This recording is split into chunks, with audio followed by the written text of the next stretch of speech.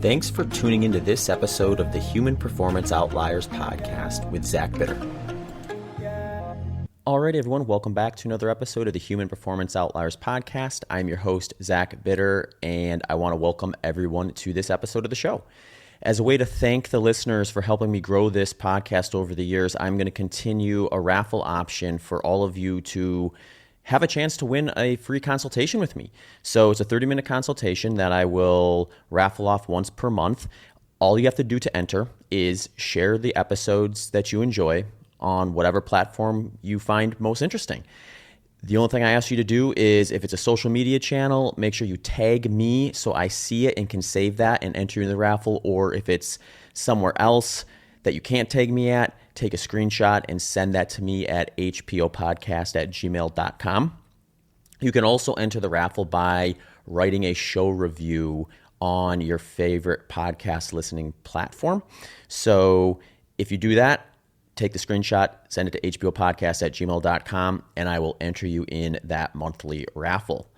Also, I'm excited to announce that I launched a new group coaching option. So to go along with my personalized one-on-one coaching options and my pre-made plans that I have on my website at zachbitter.com, this year I'm starting a group of online endurance runners who want to work with me in a slightly different model. So this model is set up so that whether you're a beginner or advanced, you can join.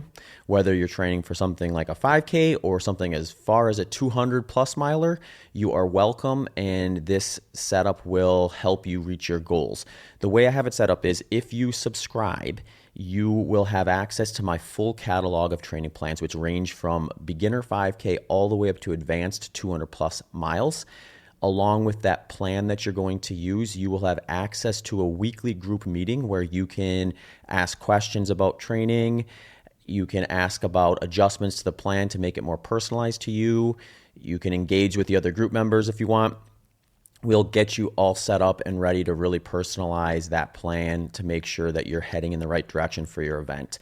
Also, you will have access to office hours, where if you have something you want to ask and you want to just hop in and ask a question, you'll be given access to that as well.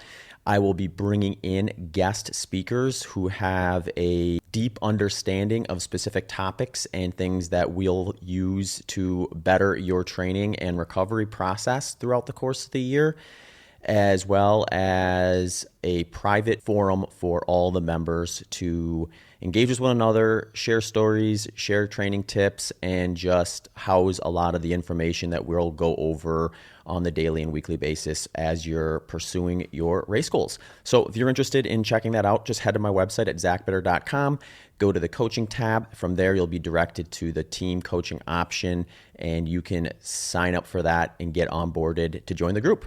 If you're interested in keeping up with what I'm up to, please give me a follow on some of my socials.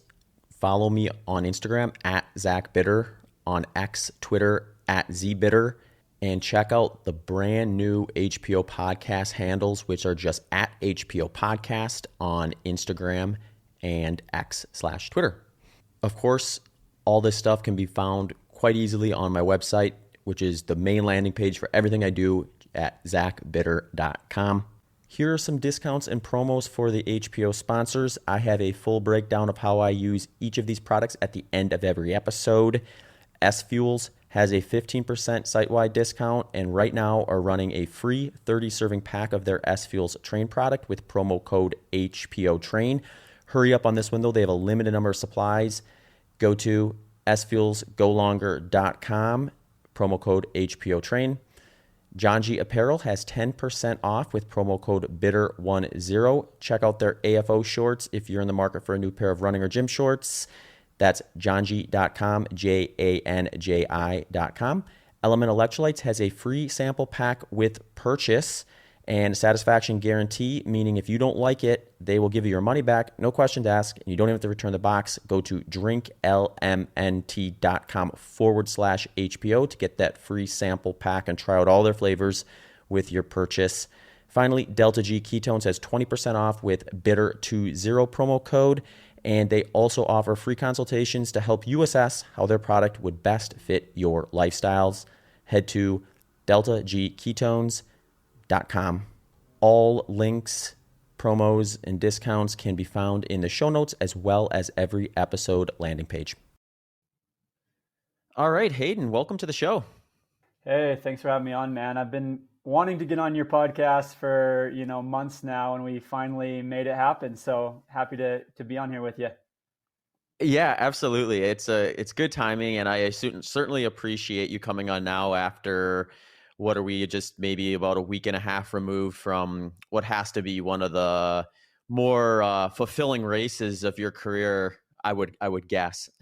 Yeah, for sure. It was very meaningful. Definitely was a special race for me, and yeah, I'm excited to talk about it. And it was a really exciting day, and just a very special day for me.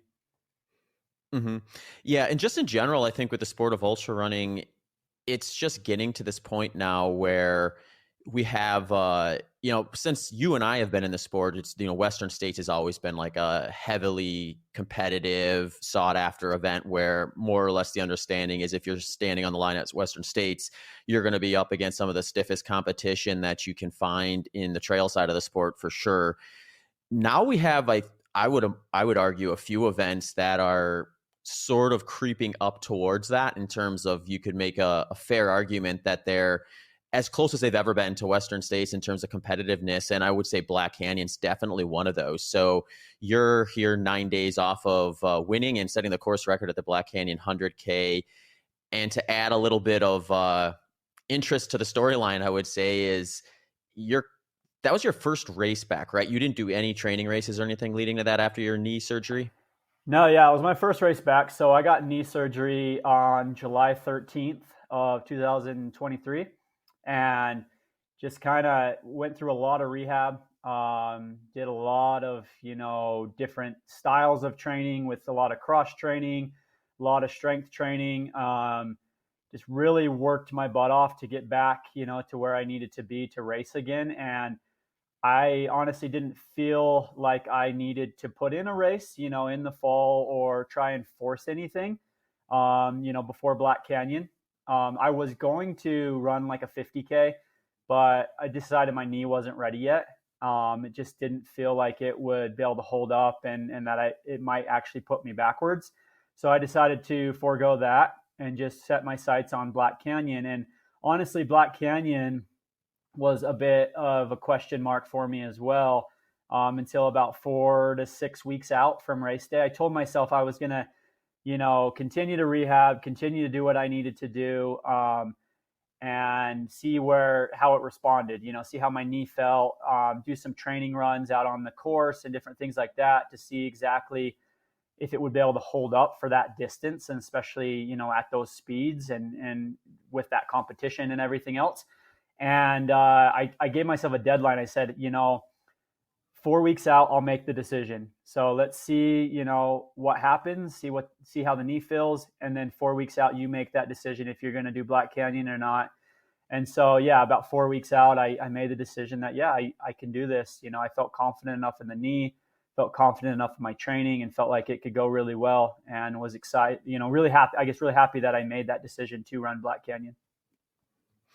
Yeah, it's actually an interesting topic with our sport because if you're doing, obviously running in general, there's going to be a difference on competition day or race day. But in most of the standard Olympic distances, you can sort of stress test your body to the degree where when you're standing on the start line, you're like, okay, I know it can hold up to the workload that I'm going to put it through in this, handful of hours or whatever it happens to be. Whereas when you start getting into things like the Black Canyon 100K, where if you're as fast as you are, you finish in 7.5 hours. That's probably more stress on your body than you're able to do in a single session in training in most cases. So there's this like kind of background noise, I would say, like when you're coming off of an injury, the first race back of you're not 100% certain that your body really is to a point where it can tolerate that, and you're to some degree guessing and just hoping for the best.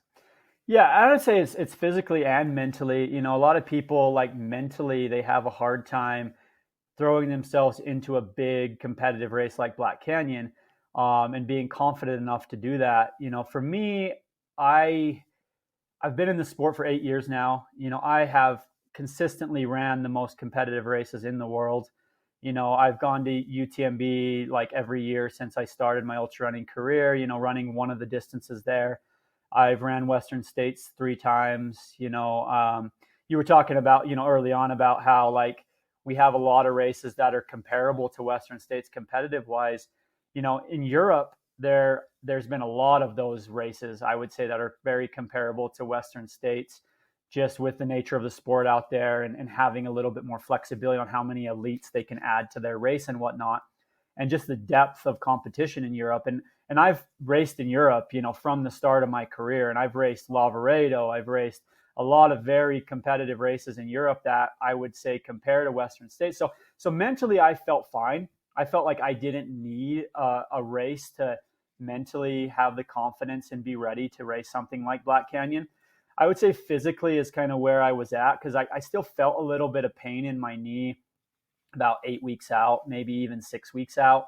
Was a little nervous about it. I did get like an extra or another MRI and X-ray just to make sure like everything was cleaned out, that the doctor, did a good job on my knee, and that it wasn't going to hurt me if I were to, run a 100-kilometer distance. And that was a reassurance to me when I came, when they gave me the results, and it was like, hey, you're good. Like nothing you do to this knee is going to hurt it. Like it's clean, it's good.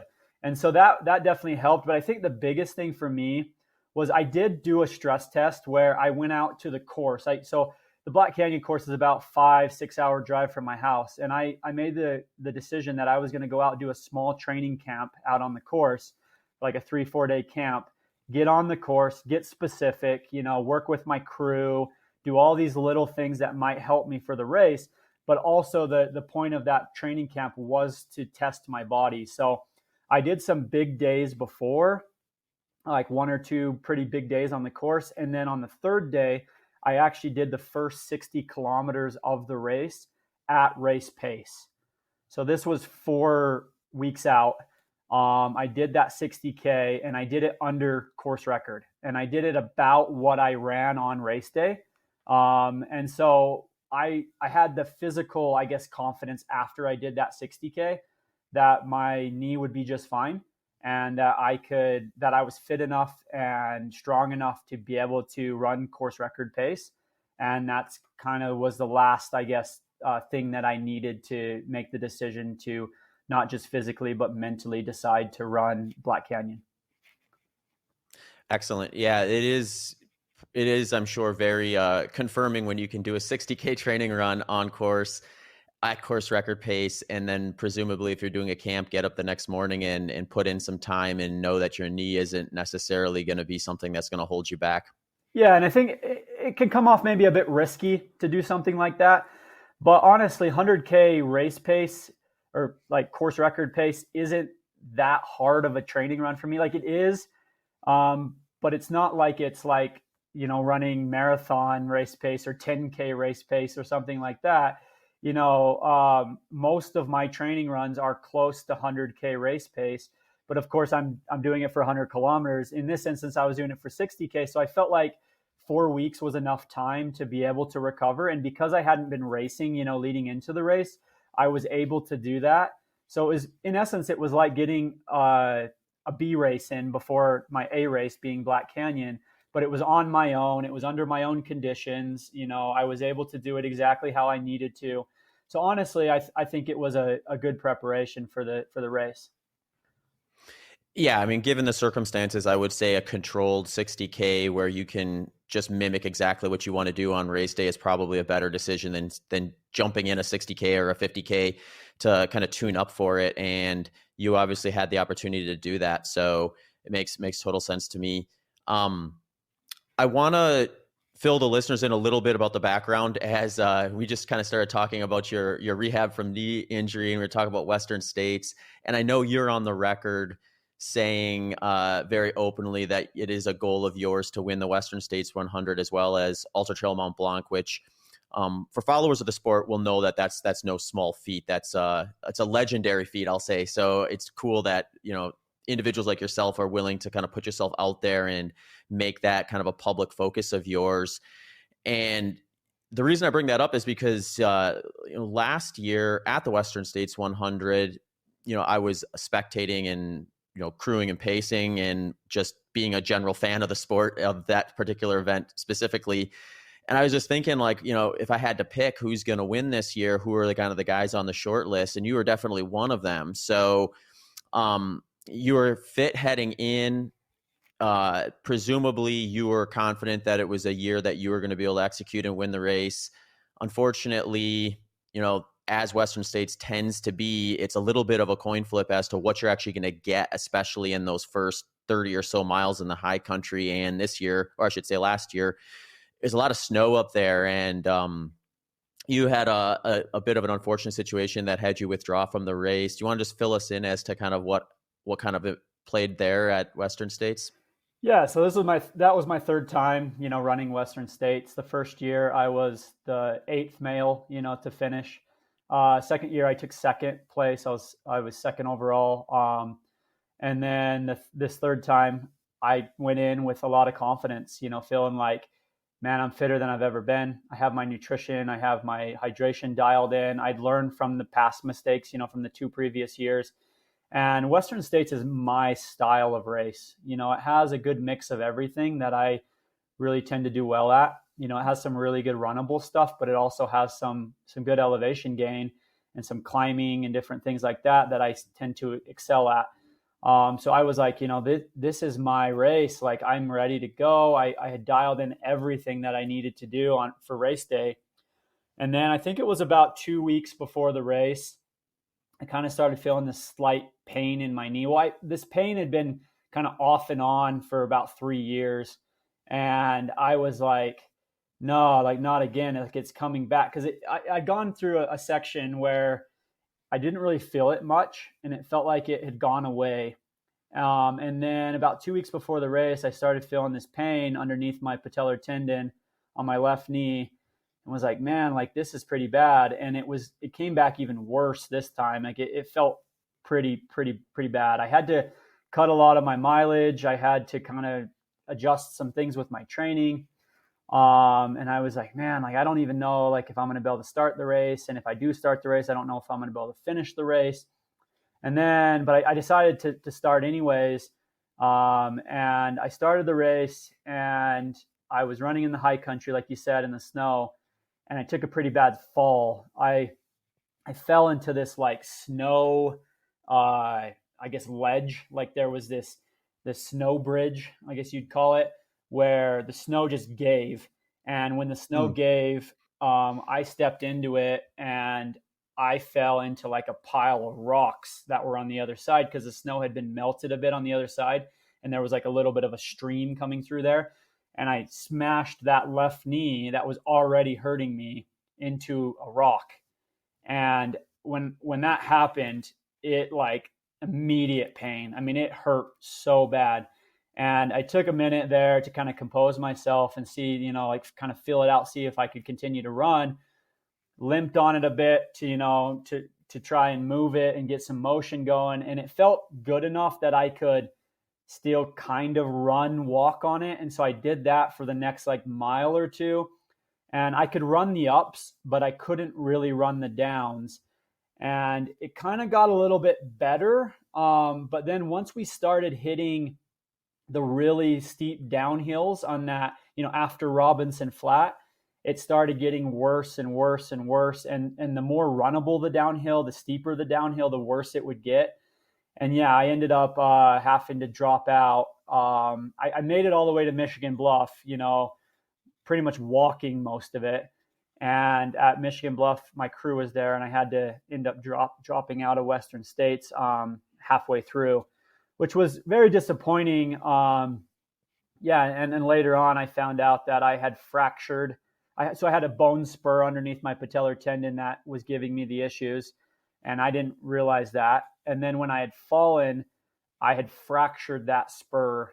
And so now I had this bone spur with a fracture on it, and it's just sitting there rubbing on my patellar tendon. And that's, I guess, the issue that I was dealing with. Yeah, so you're going to have to get that taken care of at some point in time. Either way, it was like Western States maybe was just the point that forced the issue a little bit. Yeah, it was a blessing in disguise, to be honest with you, because I kept pushing it off. And like my coach and my wife and other people had like encouraged me to go to the doctor to get it checked out. Because my wife, she'd seen me fighting it for years, and she's like, man, like you should go to the doctor and get this checked out. And I was like, no, I'm good. Like, cause it would kind of go away and then it would come back. And I'd be like, it's fine. It's fine. I thought, honestly, it was just patellar tendonitis. I mean, in essence, it kind of was, because that spur was just rubbing on the tendon, causing that, inflammation of the tendon there. But yeah, like falling and actually fracturing it and realizing like, man, this is pretty bad. This is a serious situation. I need to figure out what's going on. It forced me to go to the doctor. It forced me to get the surgery. They went in, they removed the spur, which also removed the fracture, because the fracture was on the spur, which alleviated pain pretty immediately. But then they had to shave, and clean up the area, which that took a little bit longer to recover from, and getting the motion and back from them having to cut the tendon, of course, was a little bit of a process. But I could tell that it was going to be a lot better just by removing that spur. It definitely made a big difference. Yeah. Yeah. What was it like when so you have the surgery and everything done? Was it a pretty clear like trajectory as to like this is what I have to do, and it's a timeline thing in terms of like when you can kind of start some strength work, when you can start running, and then about when you'd maybe have an opportunity to be back to full steam? No, not necessarily. So the doctor did say at first, he's like, I think you can be back in like 2 to 3 months, but we'll see, how because the biggest thing was when you shave a bone, of course, it has to recalcify. And that recalcification process can take a while. We don't 100% know how the body's going to react. But getting motion in it was the first step, of course. And then the recalcification process was just going to take time. And yes, I did do some things to help aid in that process. But the biggest thing was movement, actually. And that started almost immediately after the surgery. I mean, the next day, I'm sitting there trying to stretch it, move it, do anything I could. Of course, it wasn't moving a lot, but it just continually progressed and progressed and progressed. And I had a lot of help. I mean, I had a lot of people in my corner helping me. Have some really good friends that are physical therapists. Actually, an athlete that I coach who's a physical therapist at Virginia Tech University. And I was talking to him a lot on the phone. He was sending me, strength training and movement exercises to help get it going. And he was pushing me, because I would message him and be like, hey man, like, are you sure I'm supposed to be stretching it like this? And because it kind of hurts. And he's like, yes, like you need to get the movement. Like it's okay to feel a little bit of pain. And so I kind of like, as soon as I accepted that, it really helped, because I was able to really get that movement going and stretch it like it needed to. But yeah, my coach helped me a lot. My coach is Robbie Britton. I've been working with him for a few years now, and he really helped me a ton. Of course, my parents, my wife, some people within the community. And it was just kind of a joint effort to get me back to where I needed to be. I hired a strength coach, and that was another thing, is like strengthening all the muscles and everything around that stabilize the knee, and getting that balance back was so key in the process as well. And so I think it was a good thing, because honestly, a lot of these things that I learned post surgery, I wasn't doing. Um, I probably wouldn't have been able to continue to have the career I want to have for the next, 5, 10 years, whatever it is, if I wouldn't have developed these habits that I did during this rehab process.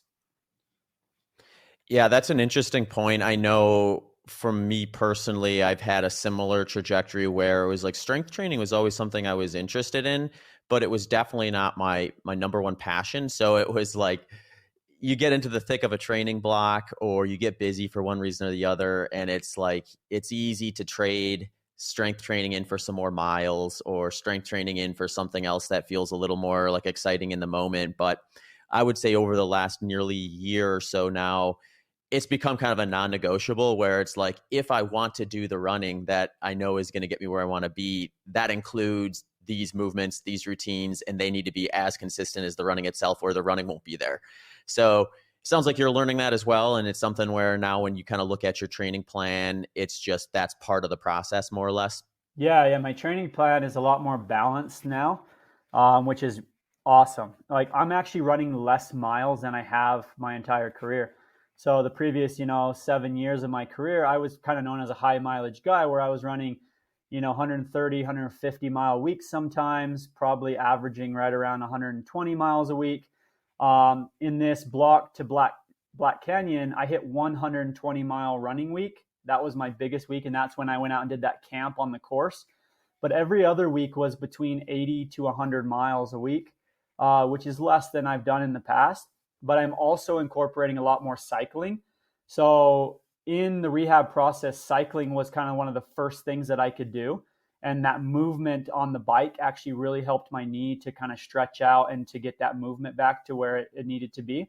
And I've cycled for years now, but I really started incorporating more of it during this block of training after, or going into Black Canyon after my surgery. And I've continued to do it. And honestly, that cycling's built a lot of like leg muscle that I need because I'm a pretty thin guy. I don't have the biggest legs in the world, and strength, like just overall strength and balance, was a thing that I was lacking. We did a lot of testing with my strength coach, and we saw that hey, I'm lacking a lot just with leg strength.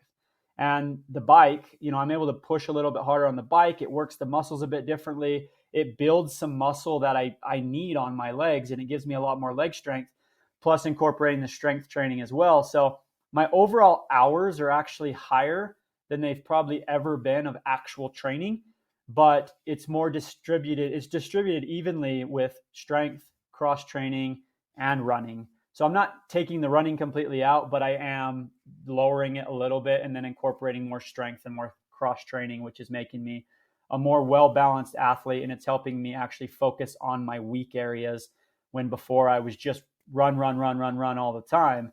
Now I'm actually being more specific and focusing on what I need to be a more well-rounded athlete. Yeah, I think generally speaking, people sometimes underestimate how almost direct biking can or cycling can be for, especially like I think mountain trail running, where the mechanics and just like a muscular endurance you can develop from just pedaling versus running can aid in things like how strong you feel climbing up the side of a nice steep climb that you're certainly going to see at Western States. So in terms of removing some of the impact and the things that tend to create the limiter on running, it's a nice little thing where you can add in, and then when you find a rotation like you have, you may actually end up doing more training and be more actually fit just with more inputs. So that's really cool to hear. I know you've been cycling for a while now, because I do remember this is probably a couple of years ago at this point. I remember you made a post, I think, on Instagram where you were talking about how you had sort of switched your model from at some points hitting like upwards to 150 miles per week to taking a day where you didn't run at all just by default and having a cycling day built in there. This would have probably been maybe 2 or 3 years ago at this point. So it seemed like you were maybe a little early to that game in terms of like how much you were willing to kind of like say, all right, I'm going to take my foot off the gas pedal a little bit with all these like mega mile training weeks and supplement them with some other stuff. Yeah. And I think it not only helps physically, like you said, like biking's a lot easier, on the body because it's non-impact. You can do a lot more volume and not feel as beat up as you would with running. But also, like, I think the other thing is mentally cycling helps me because I love it. It's fun. It's enjoyable. And it's so much easier for me to go do a cycling double than do a run double. Like I'll do my morning run and then I'll do a bike in the afternoon. And it's fun to me. It's awesome because I look forward to jumping on the bike, and I have a different community here in Cedar City that I actually bike with. They're not runners, they're cyclists. But I really enjoy spending time with my running community and my cycling community, and it mixes it up for me. So it's really nice in that way as well. I have a mentor here in town that's really helped me a lot too. She's been helping me for a while now, but her and her husband, so her name is Paula Newby Fraser. She's an 8-time Ironman world champion. So she's won Kona 8 times, and she lives here in town in Cedar City, her and her husband. And they've really helped me a lot to just be more professional and smarter with how I train. And, she, of course, is a multi-sport athlete, swimming, biking, running. And she was talking to me a lot about like cycling and how cycling could really help me. And so that was kind of the initial, I guess, start of it. And then ever since, she's been helping me with some different strength training, with different ways to, set my schedule up, with different ways to incorporate different styles of training at different periods of time. So between her, my coach, Robbie Britton, and then another friend in town who used to be a professional cyclist, Burke Swindlehurst, I've really started to bring that biking in and just be a lot more balanced with how I'm training. And it's not just physically, but mentally just been really, really good for me. Yeah. No, it sounds like you have a really good setup there. You were up in Boulder for a little bit too, I want to say. I mean, Cedar City is where you were from, and then you made a move to Boulder for a while, presumably for the training mecca that it is. But you eventually decided to go back to Cedar City. Yeah, we tried Boulder. For the longest. So we're from here in Southern Utah. I'm from St. George. My wife's from Cedar City. I went to school here at Southern Utah University in Cedar City, and we had been here for our whole lives. We travel a lot, of course. We've spent some time in New Zealand and Europe and whatnot, but we kind of wanted to test out the waters just to see what it was like to live in a mecca, like a running mecca, training mecca. So, we were going between Flagstaff and Boulder. We'd spend some time in Flagstaff, but we just felt like Boulder might be a cool place to try out. So we moved to Boulder for a short period of time, and it was nice. We really enjoyed it, but it just wasn't home. We have 2 kids, and just finding that balance with family, friends, and my career and everything, we felt like we had that here in Cedar City, and we didn't have that in Boulder because, of course, we were missing family and some other aspects as well that kept us balanced. So we decided to move back home to Cedar City. The surgery kind of maybe spurred it on a bit quicker than we would have thought. But it was like, well, I'm getting this surgery. Let's just move home. Let's move back into our house that we were renting at the time and, have the support and everything that we need here. It's so nice to have parents and brothers and sisters and everything, especially with the kids. And, we sit at 6,000 feet here in Cedar City. So it's a perfect place for altitude training. And honestly, we call it a mini Boulder. It really is. It's like Boulder used to be back in the 60s or the 70s. It's a small town, but it's at altitude right on the base of the mountains. And it's an amazing place to live and train for sure.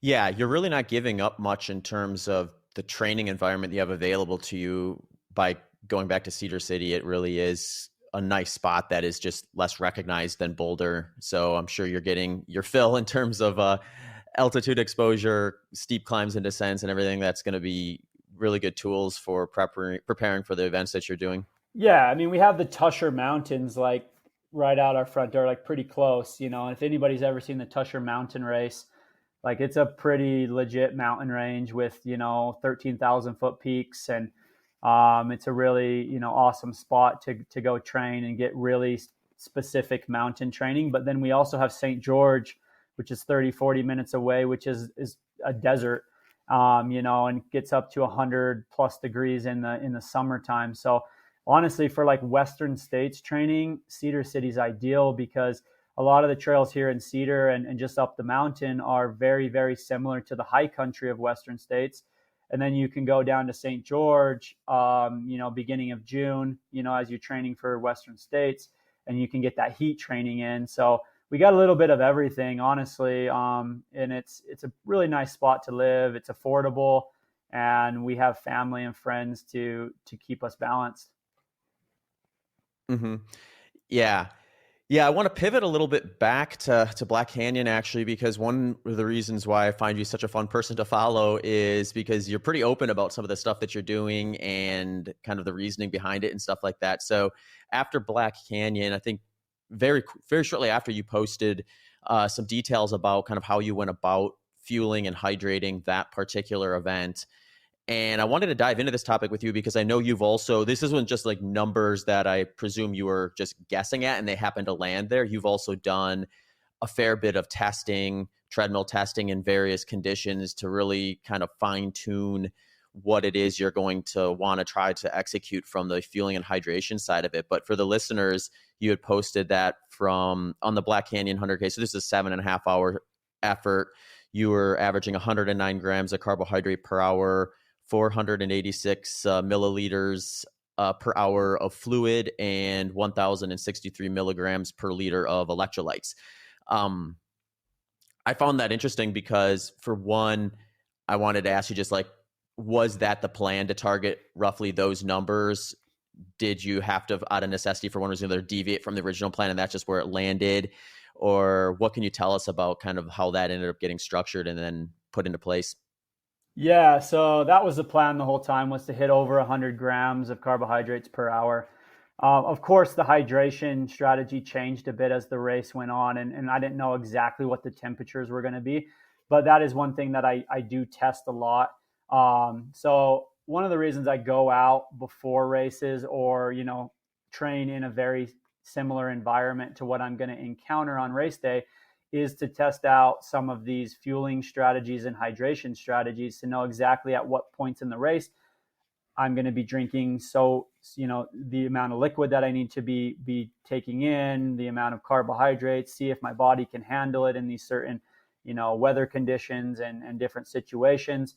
And it's something I actually focus a lot on, is trying to get all that fueling down as best that I possibly can. Of course, you cannot control everything, but I feel very prepared going into races that if the weather is to shift or change, or the temperatures change, I know kind of the numbers that I need to be targeting at certain times and in certain climates. And so I really do focus on that a lot. I work with Precision Hydration, Fuel and Hydration, which is an amazing company. I've done some testing with them. I meet, on video calls with them at least once or twice a month to go over things and bounce ideas off of them. And so, yeah, that's been really helpful to have, their support in helping me dial all these numbers in. And over the years, I've just consistently raised that number. Like when I first started, ultra running, I wasn't getting much carbohydrates in. Like I thought I was, but I was probably only getting like 30 to 50 grams in per hour, maybe less in some races. And as I've trained my gut over the years to target different, numbers, I slowly was able to raise up to 60 grams an hour, and then 90 grams an hour. And now I can do over 100 grams an hour, but it's taken a lot of practice. I fuel pretty much on any run over 90 minutes. I will do some form of race day fueling.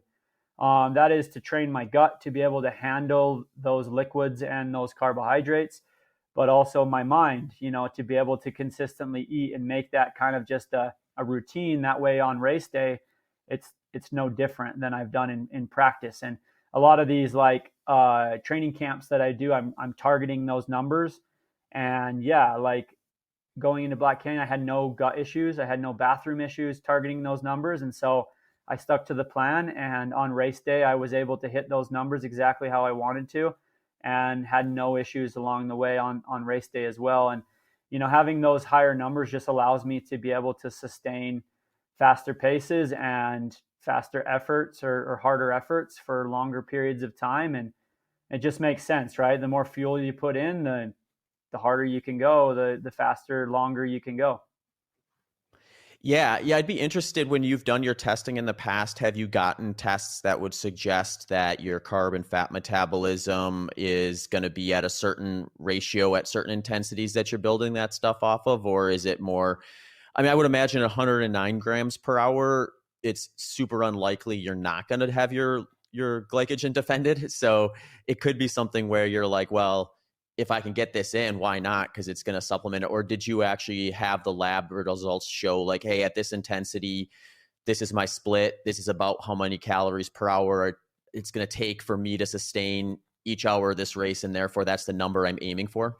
Yeah, so we did some of that testing when I went out to Liverpool a couple of years ago. And yeah, we kind of have those numbers, but then it also it got down to like, hey, let's just test a little bit more. Let's test a little bit more just to see, see if I could handle it and if I was going to have any issues with it.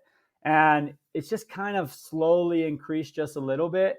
And, even going into this block, we were a little nervous about hitting those numbers.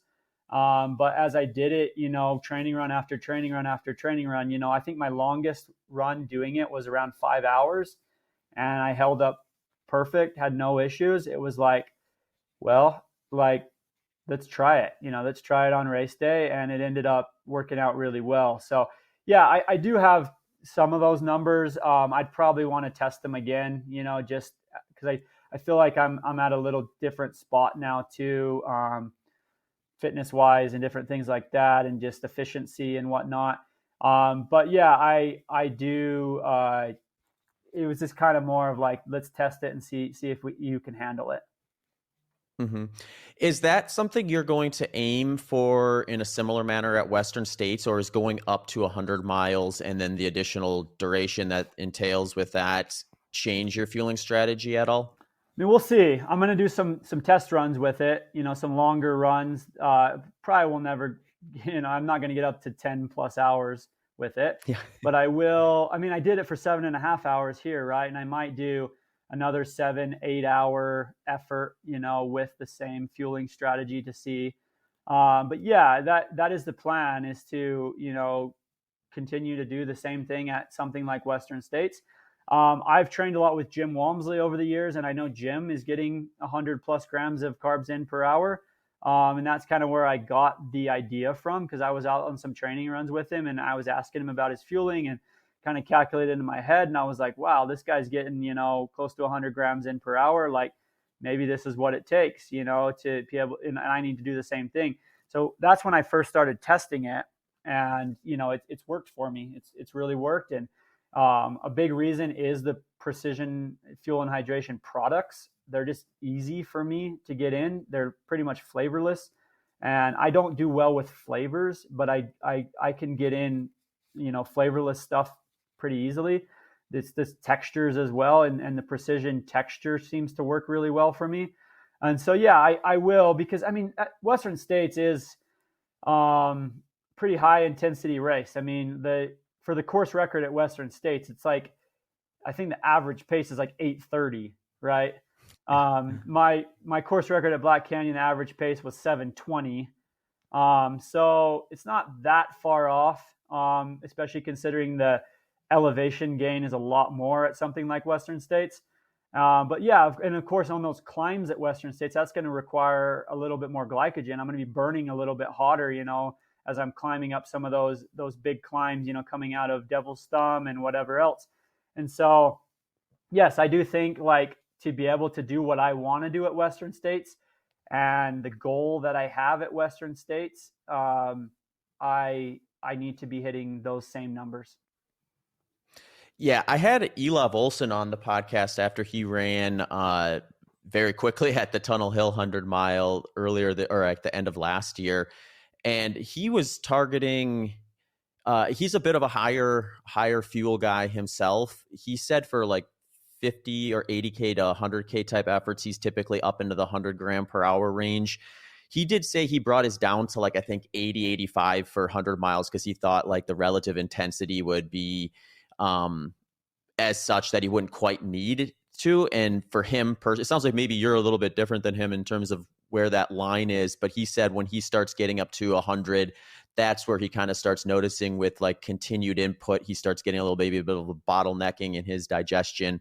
And then he just knows if he starts feeling that to kind of like scale back for a little bit. And that's, I want to say, if I remember it, that's how he ended up in like the 80s, was because he was just sort of, more or less fueling the way he had in the past. And he was just listening to those signals that his body was giving him along the way and making sure not to try to like kind of overrun the system, so to speak, if it was screaming at him. So, yeah, I find this stuff really interesting to talk about, though, because I know it's like Killian's released some of the information about his fueling strategy of recent. I think Tom Evans said or talked about a little bit what he did at UTMB when he was third.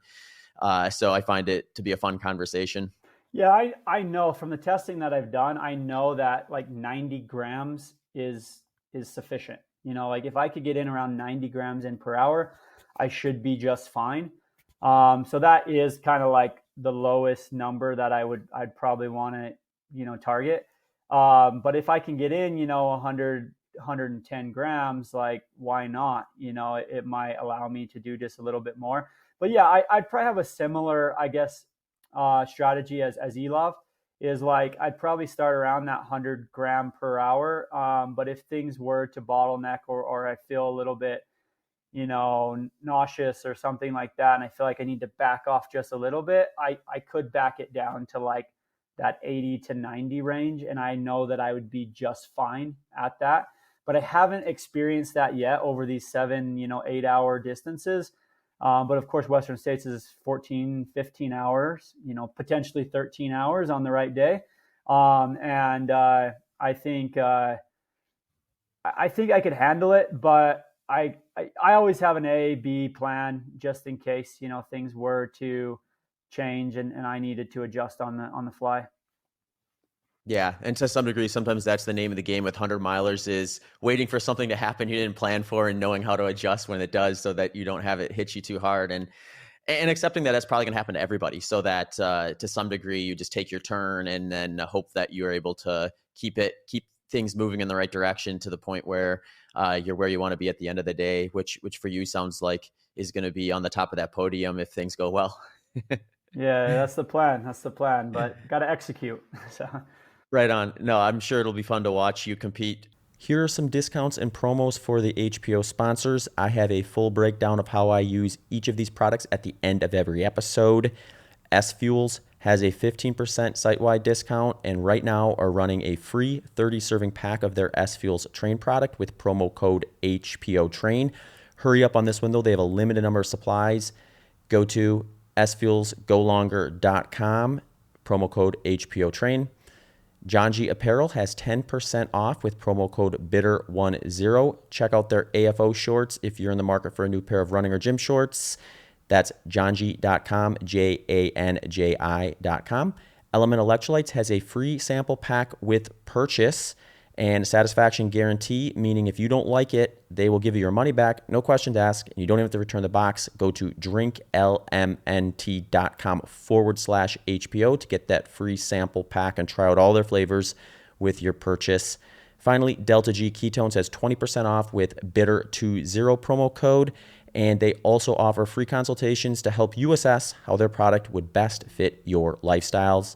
Head to deltagketones.com. All links, promos, and discounts can be found in the show notes as well as every episode landing page. I did want to ask about just the other side of that strategy where, to be honest, like when I saw that you did 109 grams of carbohydrate per hour, I wasn't overly shocked at that because I've just seen other people target those high numbers in the past successfully. And I know that people are playing around with that. So it's something where I think we'll see that occur more often, or at least people are going to share more often what they're doing. The one that I thought was kind of interesting was your fluid intake was 486 milliliters per hour. And I would say, like, generally speaking, that's on the low end. Did you arrive at that number due to testing that you did where you recognize that that's about what you were going to lose per hour? Was there any kind of reasoning behind that particular target? yeah, it was testing in the lab, but also testing on the course itself. So when I did the recce on the course, it was actually very similar conditions to what we encountered on race day. And I had tested out, certain amount of liquid, and I realized that I was a little too high, actually. Like I was drinking too much at those temperatures because at the start of the race, it was 27 degrees, and you're not going to be drinking a whole lot at 27 degrees. And when I did the recce, it was really similar. I think it was like 29, 30 degrees when I had started that as well. And the amount of liquid that I was drinking during the recce, I was just peeing constantly. I mean, I couldn't, absorb what I needed to. And so I was definitely drinking too much and was like, okay, I need to back that number off just a little bit. So I practiced it a little bit here in Cedar City, which is somewhat similar conditions. And I went out early in the morning, tested it out at, different temperatures depending on the day. And I kind of figured out exactly where I needed to. So I wanted to be kind of in that state of where I felt like I maybe needed to pee, but I didn't need to pee that bad. And that's exactly what happened on race day is there was instances where I felt like I kind of needed to pee, but then it would go away. And so it showed me that I was right where I needed to be. I was utilizing the liquid that I was taking in and able to absorb it. And of course, I've been sweat tested numerous times, so I do know my sodium intake, compared to my liquid, and so I knew those numbers, and so I just pretty much, as I adjust the fluid, I adjust the sodium intake, and so that's kind of where those numbers came into play. But the numbers are a bit lower than maybe people might see, because at the beginning of the race it was 27 degrees, but by the end of the race it was 60. So I adjusted the hydration as I went, right? At the beginning, I was maybe only drinking 200 to 300 milliliters per hour. By the end, I was drinking 800 milliliters per hour. And so we met in the middle at right around 500 milliliters per hour is where I sat. So, and that's the thing, is you do need to adjust as the temperatures, change and the conditions change. Like, you can't just stick to one number and be like, I'm going to do 500 milliliters every hour. Doesn't matter how hot or cold it is. No, that's not proper hydration. Yeah, no, you're spot on. You prompted my next question too with that, whereas when you're doing events like this, it is a moving target, and having the data that supports the range is important because, like you said, if you know what you're losing at that below freezing temperature, and then you two, or in the case of Western states, 3-4x that maybe in the canyons, it's just going to be a different number, and it's not something where you can kind of bank early, or you'll find yourself stopping to pee all the time and then potentially dehydrated if you don't stay on top of it in the heat. So, have you done testing yet where like 100 degrees Fahrenheit or something like that, what your fluid loss is in that environment versus the 27 degrees Fahrenheit? I've done a little bit, but that's what I'll do, in the coming months. Like I said, I can drop down to St. George and it's 100 plus degrees down there, in May and June. And I will do some runs down there to test out my fluid intake to see exactly where I need to be. And that is something that I do pay attention to. Like, I will go out for a run and I'll look at my phone and see what temperature it is. And I'll bring, the fluid that I think. And if I feel like I didn't get enough, then I'll bring a little bit more the next time I go out at that certain temperature. And this is something I will do going into Western states, is I'll probably do some morning runs around the same temperature as I might encounter in the morning of Western states. And then I'll do some runs maybe in the afternoon, and then I'll do some runs in the evening to kind of see exactly where I need to be fluid wise along the way. The other thing that we've thought about doing, and I do, like, I'll weigh myself before and after too, to kind of see what my sweat loss is. But another thing that I might do as well is we have a portable sweat testing machine that I can bring on some runs with me. And I don't know exactly if it'll help or not, but we're going to test it out a bit in different temperatures to kind of see exactly, kind of maybe a ballpark range of where my numbers need to be. That way, when I go into Western states, I kind of know exactly at what stages of the race I need to be hitting certain hydration numbers. Mm-hmm. Yeah, it's really interesting stuff, and just the access to this type of information that we have now is pretty fun. I had my sweat test done actually with one of those precision machines that I'm sure you've been hooked up to, that gives you the output of your electrolyte loss. So that was going to be my next question. Was, I'm guessing from that the 1,063 milligrams per liter of electrolytes that you took in was somewhere near where you would see your loss at if we hooked you up to one of those machines? Yeah. Yep. I've been tested numerous times. My numbers are right in that range. So that's where I know I need to be hitting, according to, how many milliliters or liters of water I'm drinking. And that's, I think, important to recognize as well, that it's not per hour how many milligrams of sodium you need to be taking in. It's per liter of liquid that you're taking in.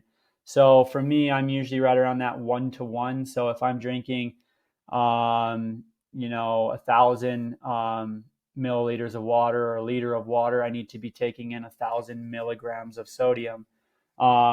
It's pretty easy math for me, but for some people it's a lot higher. Some people it's a lot lower. Like my wife tested at, I think 15 or 1,600 milligrams per liter of sodium. And then I have an athlete that I work with who tested at 500 milligrams of sodium per liter. So she's a lot lower. My wife's a lot higher. I'm kind of there in the middle. So I think it's important to recognize that.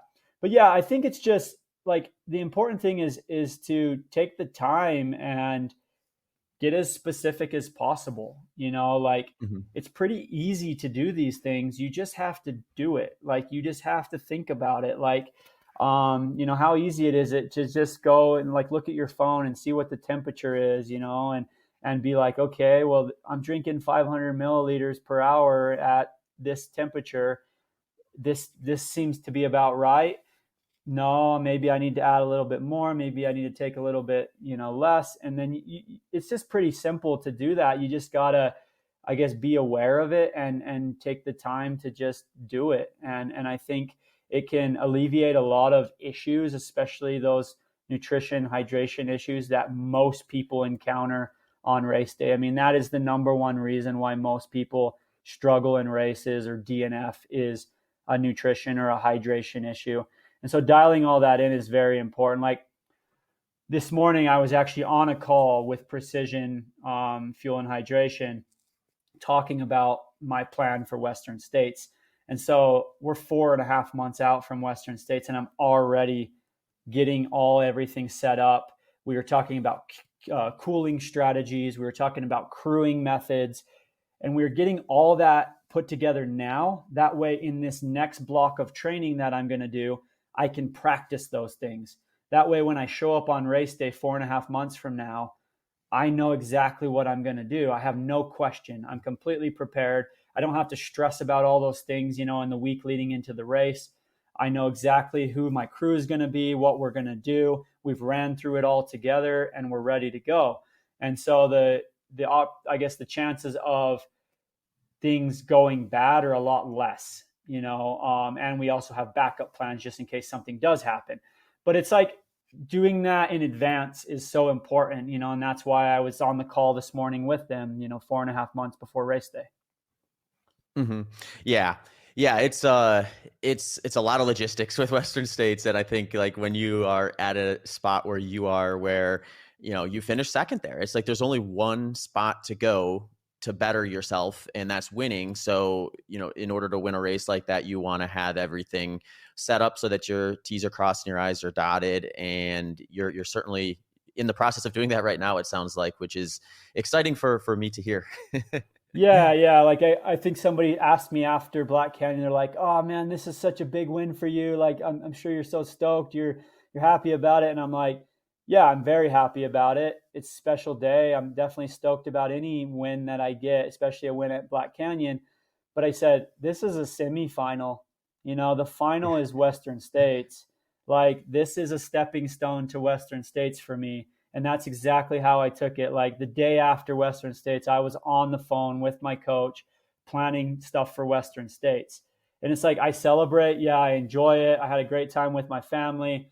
But now I'm moving on and I'm trying to prepare myself to have the best day possible at Western States because I want more than anything to win that race.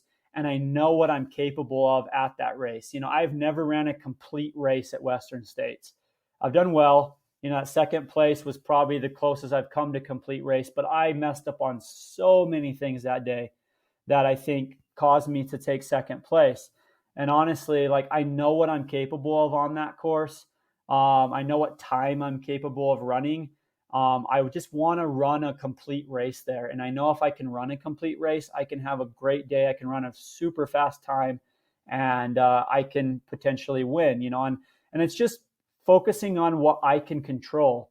I'm not focused on the things I can't control. Like I'm not focused on my competition. I'm not focused on what Jim Walmsley or John Albin or so-and-so, whoever else is in the race is doing because I can't control any of that. I'm focused on my training. I'm focused on how I can prepare for the heat, the fueling, the hydration, all these different things.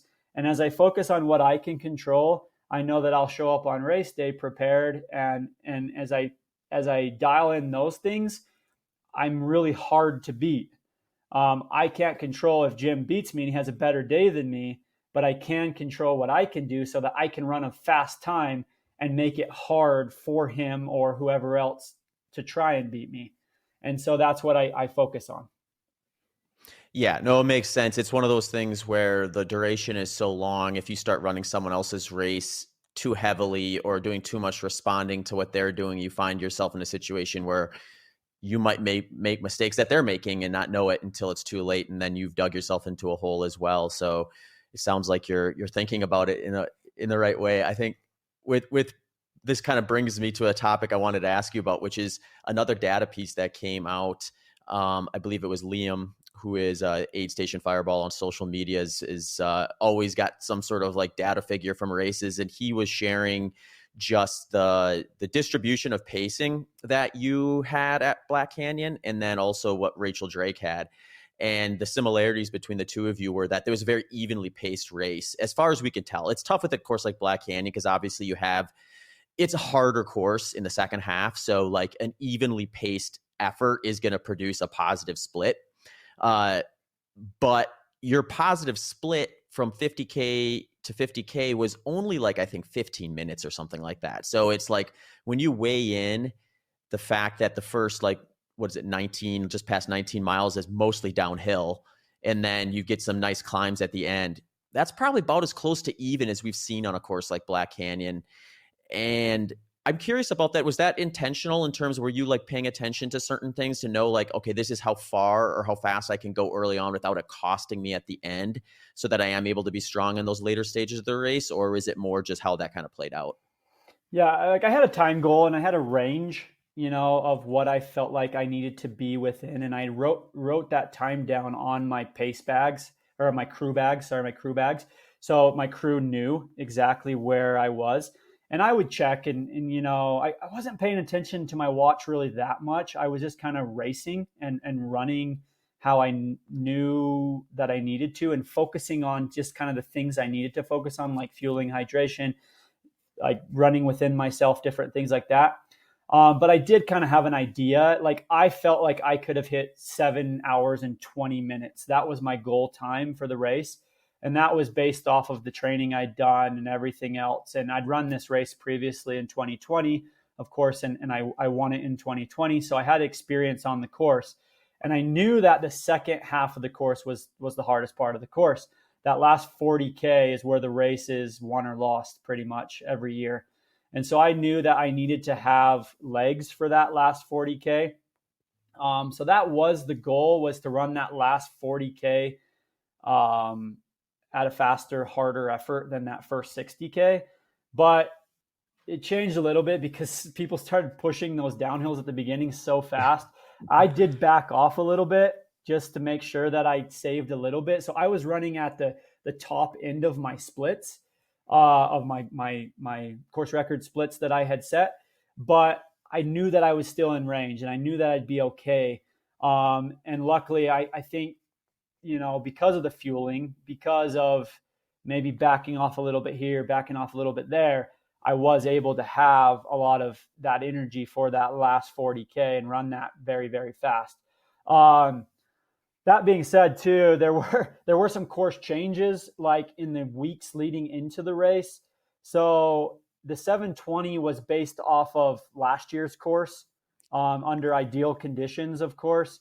And so I thought, like, well, if the weather is similar to what Anthony ran last year, if it's the same exact course, like I can run 720. Like that's where I felt like my fitness was, between 720 and 730 is kind of where I had. But of course, they changed the course a little bit, which actually ended up adding a mile to the course, and it added an extra 800 feet of elevation gain. Plus, we had to deal with the mud at the beginning of the race, which slowed us down just a little bit. So there's always going to be something like that you have to encounter. So you have to take that into account. But honestly, if I would have ran the exact same course and had the conditions we had, which was similar, a little bit cooler actually temperatures than they had last year, I think I could have ran right on that 720. I would have been right at 720 on the course that was a mile less with 800 feet less elevation gain. So it was really actually cool for me to experience that because it shows that I'm judging my fitness correctly, which was awesome. And it also showed me that I executed exactly how I thought I was going to. And and that shows me that I'm racing within myself. I'm racing smart. And and like you said, because I ran such an even race, like it shows me that I'm distributing that energy correctly, and I was able to run exactly how I thought I wanted to. So it was, yeah, it was very cool in that way that I was able to execute like that. And that was the plan, was to execute exactly like that. Hmm. Awesome. I wanted to ask a little bit about just obviously Black Canyon Western States are more home courses for those of us living in the United States, but you've done a lot of racing, as you've mentioned, internationally. And a lot of times that kind of comes with all of the logistical stuff of traveling long flights in certain circumstances, maybe actually moving to another country for a time period to get ready and adjust to that. You're not just a single guy who's bouncing around from spot to spot whenever you want. You're married. Your wife Ashley loves to run ultra marathons as well, and you have two kids. What is it like traveling internationally? I know you bring your family with you from time to time. What goes into the decision making process between like, hey, I'm going to go do this race solo versus bring the family? Or is that even a question? Have you just decided, hey, the family's coming, this is the way it is? Yeah, when possible, I want to bring my family with me every time because that's where I feel most balanced is when my wife and my kids are around me. And my thought is like, hey, I go out and I execute training every day.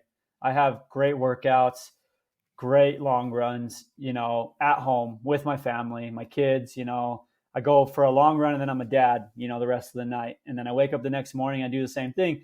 Like, what's the difference, on race day? Like, it's the same concept, right? For the most part. And so it's like, why not just keep everything as simple and, um, you know, like the same as possible. And so that's what I have focused on. That being said, my son has recently started school. So we are having to stay home a little bit more, which is probably not a bad thing. So we've actually set it up to where my most important races are June and August, Western States, and then one of the UTMB races. This year it'll be CCC. So Western States, CCC are my most important races. The most important blocks for those races are in the winter and in the spring, you know.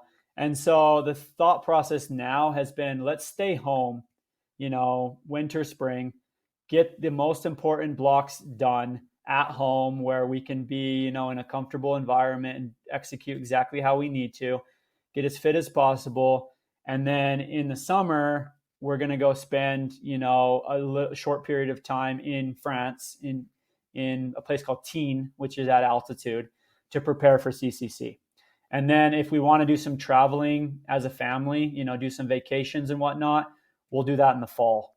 During my off season, maybe during maybe pick a race or something that's maybe not as competitive or high intense as something like Western States or CCC. So yeah, that's kind of where we're at now is we are balancing it a bit more because in the past we might have got ourselves in trouble a bit, like traveling too much. Traveling's hard on the body. You're not able to get the training exactly how you want to get it in because you don't have all the amenities that you would have at home. So now it's like, let's half the year focus, stay balanced, stay home, do exactly what we need to do to prepare. And then we can travel a little bit more in the fall. So that's what we'll do now. And I think it's the important thing with all this, and it's been brought up a lot on this podcast is balance.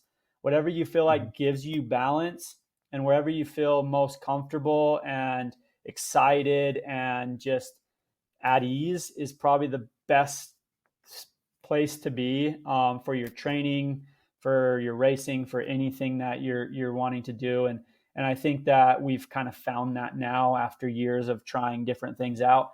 And yeah, I'm just really excited for the future. I feel like my best years are ahead of me, to be honest with you.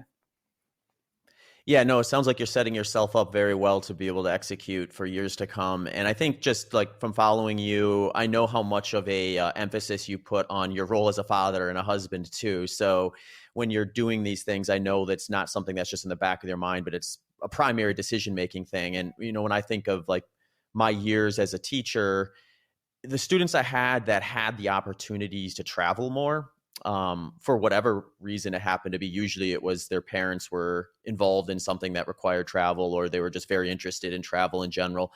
They just had such a unique experience that I think was such a benefit to their ability to kind of succeed in the world of education. So like, yeah, I could totally see you thinking of it through that same lens where it's like, here's some of the opportunities that I have as a professional athlete that if I bring my family with me, now my children are going to get exposed to a whole bunch of things they maybe wouldn't otherwise, learn how to navigate different areas of the world, see different things, and just grow as people in a way where I'm sure when they're adults and they think back on what things were the most impactful in their youth, in their mind, there's going to be some of these trips that you've taken them on. Yeah, I mean that's been my goal the whole time, is to bring my wife and my kids along with me to so they can experience the world as well. We've made some incredible friends. We've had some amazing cultural experiences around the world that the kids wouldn't have otherwise. They've been exposed to so many different foods, different, religions, cultures, people, and it's just been awesome for them to experience that. And I want them to have those same opportunities that I have because, um, you know, I think it's a bit unfair for me to go experience all this and them not to, have at least a little bit of a taste of it.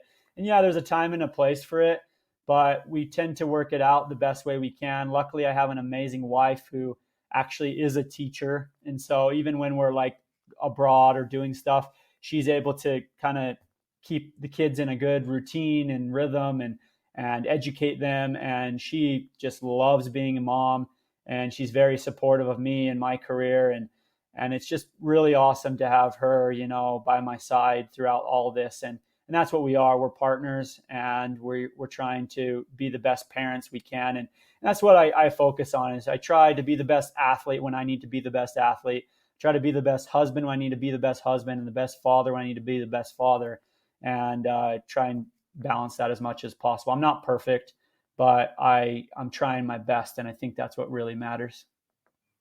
Mm-hmm. Is Ashley teaching full time at the moment? No, no, no. She took a break from teaching when we had our kids, to be a mom. Luckily, where we live here in Cedar, we're set up pretty well for that, for her to be able to take a break and not have to work a full time job. She does do some race directing. She actually throws on a couple races here in Cedar City and does some other things. But yeah, she's a mom right now, and then she'll probably go back to doing some teaching later on, as the kids get older. But yeah, it's been awesome to have her to be able to really take care of the kids and be the mom, I guess, that they deserve. Yeah, no, it just sounds like from following your career, just the relationship you and Ashley have in terms of supporting one another is just really fun to watch. Because I know, like, the sport is young still, and being a professional athlete within it is really, really new, to be fair, if it's going to be kind of a primary income side of things. So like early in your career, there's risks that are taken when you decide I'm going to go this path. And, I'm sure like the conversations you and Ashley have had with one another are always, or were always around like, what is the relative risk here? Is this something that I should do? And being able to trust your partner in those decisions and know that you have their support is really something that I think probably makes things sustainable. Yeah, for sure. And if it wasn't for Ashley, I wouldn't be in the situation I am now because at the beginning of my career, I was working full time. I was managing a running store in St. George Running Center, and Ashley was working full time as a teacher. And really, we were living off of her income because I wasn't making a ton at the St. George Running Center. I was making a little bit, but we definitely needed two incomes to survive. And honestly, like, it wasn't until about 4, maybe 5 years ago that I was fortunate enough to become a full time professional, runner or athlete. I mean, I do have a coaching business as well that I run, so I do that as well on the side.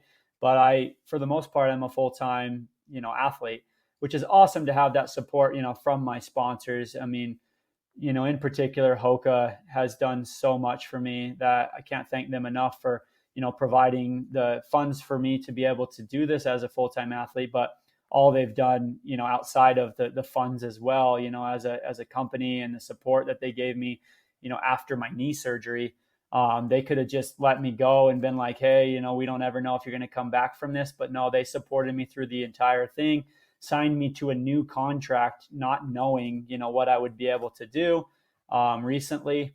And so it's been really cool to have Hoka, and I'm really love Hoka. I love running for Hoka. I love the product, and they've made this all possible, between Ashley helping me early on in my career, having to work full time, to now being able to be in the situation I am now because of Hoka, Koros, different sponsors like that. It's pretty special. It's pretty awesome. It's a dream come true, really. Yeah. I was going to ask you just about kind of a little bit. I don't think you have to get into your history of running necessarily, but you were a very good competitive runner in the standard distance stuff before you became an ultra marathon runner. Was it something where, like, when you were in high school and in college, you were thinking, I want to take a swing at maybe becoming a pro runner at Olympic distance stuff at any point on the roads or the track? 100%. Yeah, that was the goal. Actually, I knew about trail running and ultra, of course, because I had been working at the St. George Running Center since I was like 15, 16 years old. And there, of course, had some ultra guys coming in and out of the store. And a lot of them would talk about Western States, Hard Rock, these races that they really wanted to target and go after.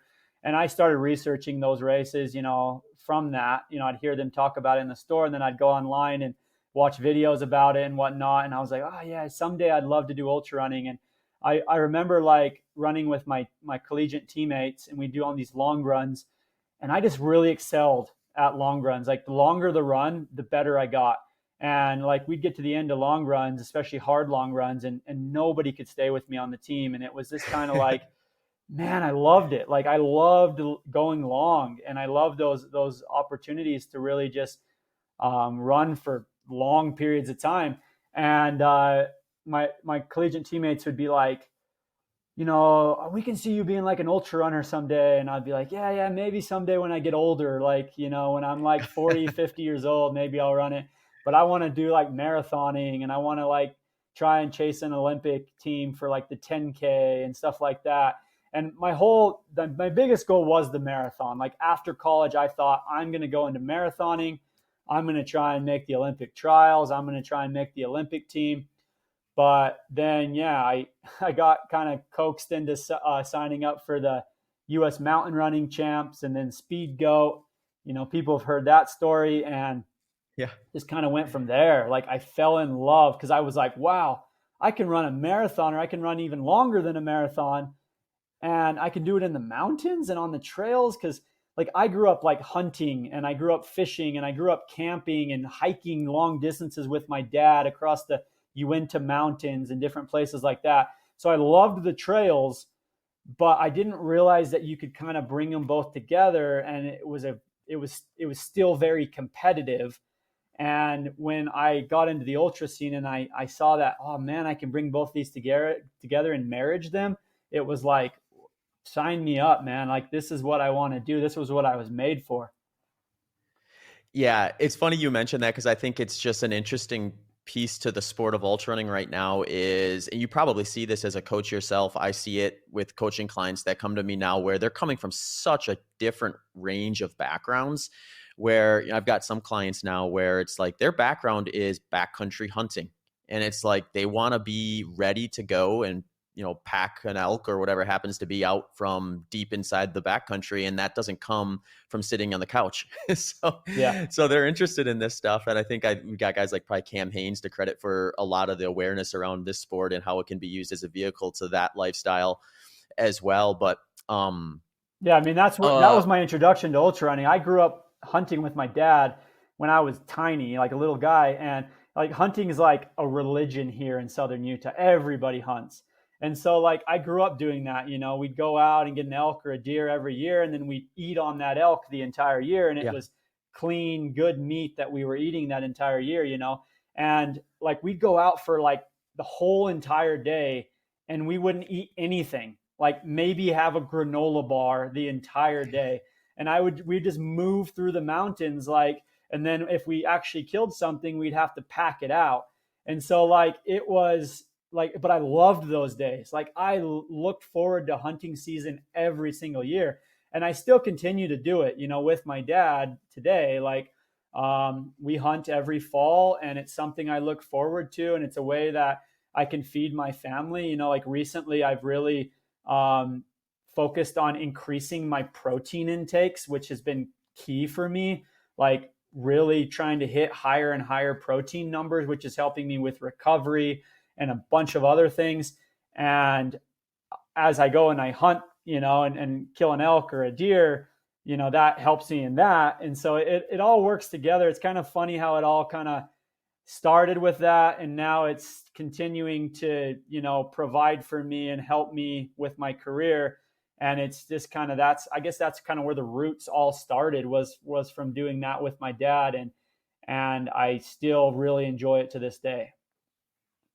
Yeah. So is elk hunting kind of the primary hunting season that you target, or is it, I know you mentioned deer. What are the hunting seasons you typically try to get It's out for? primarily elk. We like elk meat a lot more.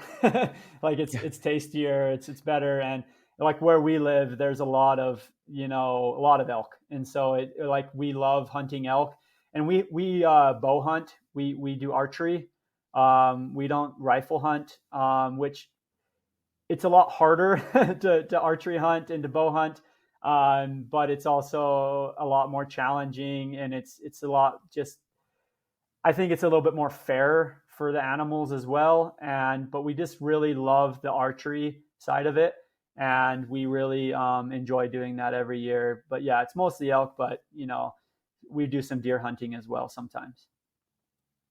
Cool. Yeah, I had Brian Beckstead on not too long ago, and he's a big fan of ultra fly fishing, as you probably know. And he was telling me about stories of having a setup where he can pack it down really small in terms of getting a fly fishing rod out into the mountains. And then you get these unpressured lakes where he's pulling fish out on command, essentially. And it's fun to hear the story.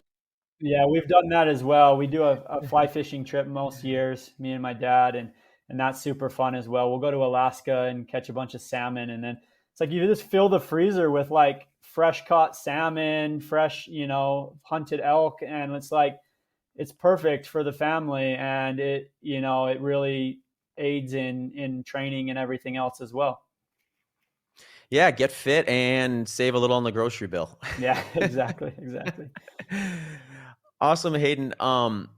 One more thing I just wanted to ask you about before I let you go is I know you're a fan of Kobe Bryant, and I know you're a fan of kind of just sports in general. So when I think of Kobe Bryant, I think of I think it was an interview he did where he was talking about just the way he viewed kind of preparing for an NBA season. And he said that he looked at the protocol of the NBA player when he got into the league, and he noticed that they had certain kind of structures where at a certain time, I think it was from 10 a.m. to noon, it was they practice basketball, then they would have an hour of meetings, they would have strength and conditioning, and it was kind of just the setup with X number of hours per day. And he realized, oh, there's this big gap in the day where they're not making us do anything.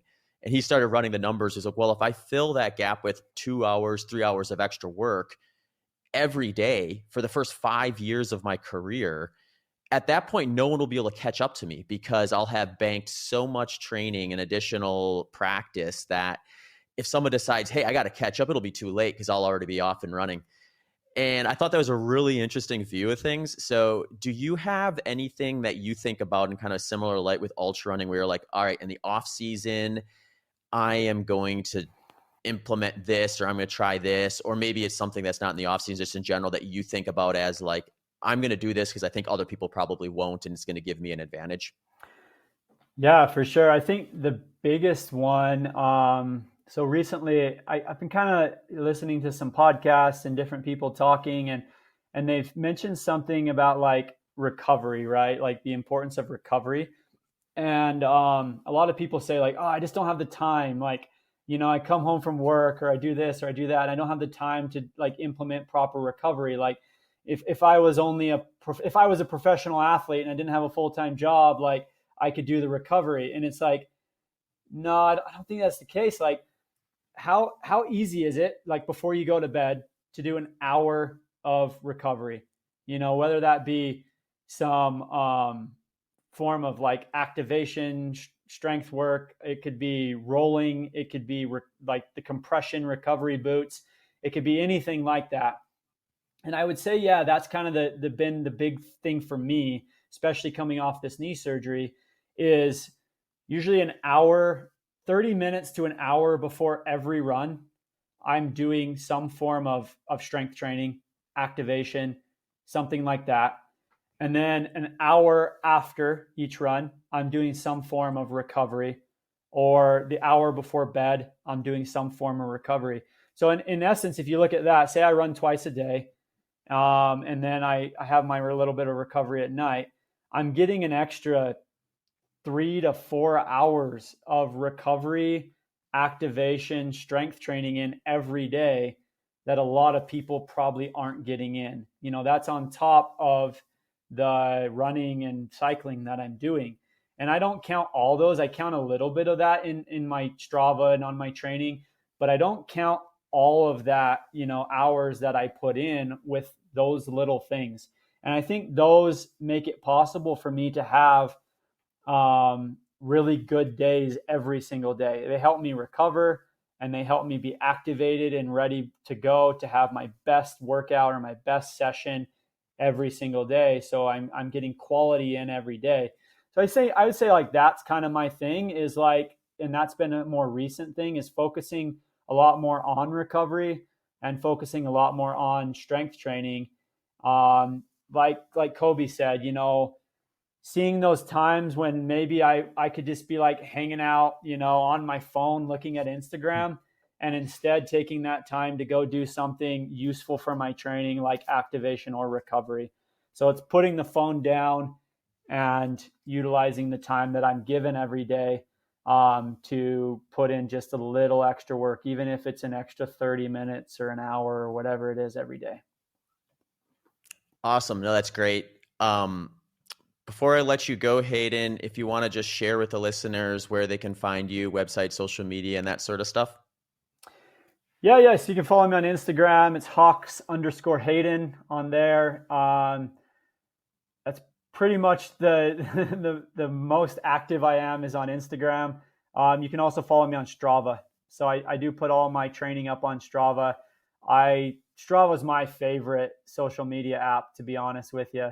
So like Strava and Instagram are the places to best find me and to see what I'm up to. Awesome. Well, I hope all the listeners go and follow you on Instagram, follow you on Strava, and check out, is it hawksrunning.com? Is that your website? Yep, hawksrunning.com. Perfect. Well, Hayden, thanks so much for taking some time to chat. I'll be rooting for you at Western States this year, and I hope you have a great time preparing for it, as I'm sure you will. Yeah, thanks, man. Thanks for having me on. Hey everyone, if you are here, you have stuck around to hear more about how I use the products that sponsor the Human Performance Outliers podcast. I have taken a lot of time identifying these products and brands, and I'm incredibly grateful that they are both products that I'm able to use sometimes on a daily basis, and they also are interested in supporting what I'm doing here at the Human Performance Outliers podcast and want to work with me. So here's how I use them. One of the reasons I came across S-Fuels originally is it maps my protocol perfectly. So at S-Fuels, they follow a principle of right fuel at the right time. This means that they don't demonize carbohydrate, but they understand the power of a low carbohydrate diet. So throughout my year, I have ranging inputs between fats and carbohydrates, but they're always based in a foundation of fats. S-Fuel's approach matches that just right. It allows you to build a foundation in your nutrition with fats, but also gives you options to pull that powerful lever that is carbohydrate when you need it. So in their product line, this is how I use it. Race Plus, that's their carbohydrate source. I'll use this for faster workouts or for races when I'm trying to defend muscle and liver glycogen. Train is their fat-based powder, which is basically a sports drink powder, but with fat instead of carbohydrate. Helps improve fat oxidation rates. I love it for workouts where I need some calories. I don't want to run a huge deficit, but I don't want to introduce carbohydrates.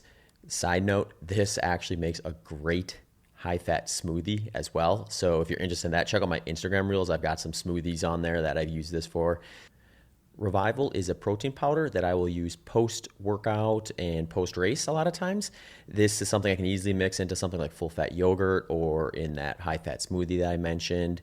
Using this just makes sure I'm getting off on the right foot with the recovery process and maximizing my protein muscle synthesis.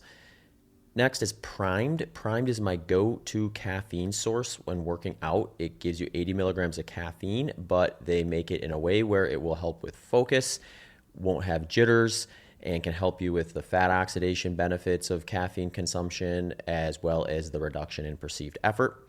Life bars are my go-to snack. If I'm doing a pretty big training block and I need something between meals, Life bars give me some healthy fats and protein that'll fit right into that.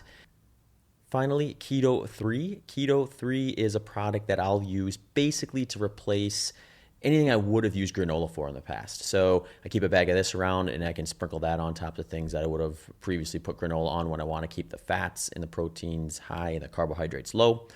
If you want to learn more about these products or check them out, head over to sfuelsgolonger.com where you can get 15% off your order. And this year, stay tuned because I'm going to be doing a series of free sample pack offers from those products that I just talked about. Last year, some of my trail running friends told me I needed to check out this brand named John G. And when it came time to update my running apparel, I thought, okay, I'm going to check these guys out. I'm stoked that they want to work with me because I've ended up using this stuff for way more things than I actually thought I would.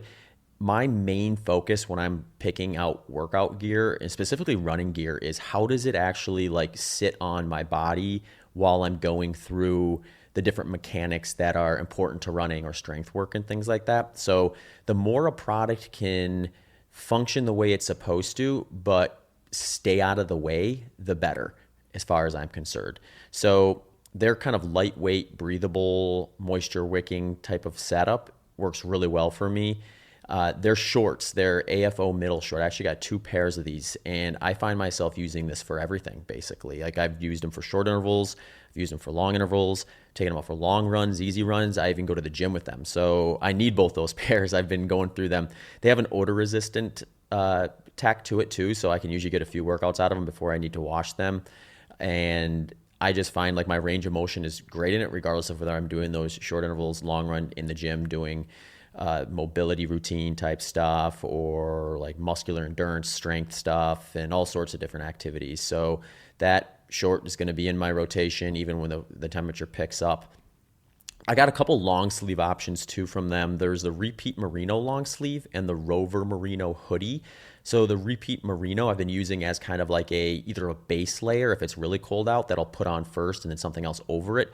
Or if it's just kind of chilly where like a t-shirt or a singlet isn't quite enough and I may want it for part of the run but not all the run, or maybe I want it for the whole run but I don't want too much so I feel like I'm sweating profusely underneath that. This is perfect for that. So I'll use it over the singlet or just straight up first layer on and then something over top of it. The Rover Merino hoodie is one of the things that I'll use as kind of an outer layer. I'll put this over that merino long sleeve, and this one has a few extra features to it. It's a little thicker, so I can get away with it in a little cooler weather, but it also has like a hood that you can put up and then a face mask that covers part of your face that you can use too if it gets especially chilly out there. I've been using this both for the running workouts as well as taking it to the gym from a transportation standpoint as I'm getting there, and then during my warm-ups and things like that as something I can kind of count on. Both these items are super light and packable too, so if I do have a scenario where I think I might need it for part of the workout but not all of it, I don't hesitate to bring it because I know I can take it off and store it pretty easily if I need to without having to worry about feeling like I've got this like extra thing coming with me that is getting annoying. The next item I got from there was the tights. Now, tights are products that I am very skeptical about usually because I always end up having this situation occur where they either feel like too tight and restrictive or they feel like they're sagging on me. So I'm either feeling restricted by them, or if I don't feel restricted, I feel like I'm constantly trying to pull them back up or find a way to like fit them on me so they don't sag down. And it's just this constant battle where I just usually avoid wearing tights if I have to.